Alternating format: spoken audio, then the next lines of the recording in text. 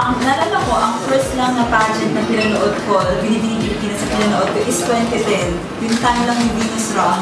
Kasi may kakilala ako doon na sumali. My family were more academically inclined.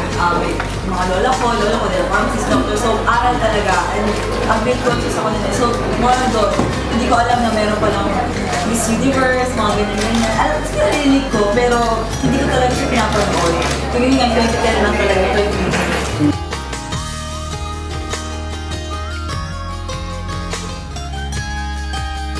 Yes, una akala ko yung pageant, napakadali lang niya, para pupunta ka sa stage, and you'll walk, pero hindi pala, it's so much hard work, and it's like a month process pala, pupunta ka everyday sa pageant, sa organization, tapos may mga nagawin ka iba-ibang bagay, so it's really mahirap talaga siya, yun yung nalaman ko na sumali.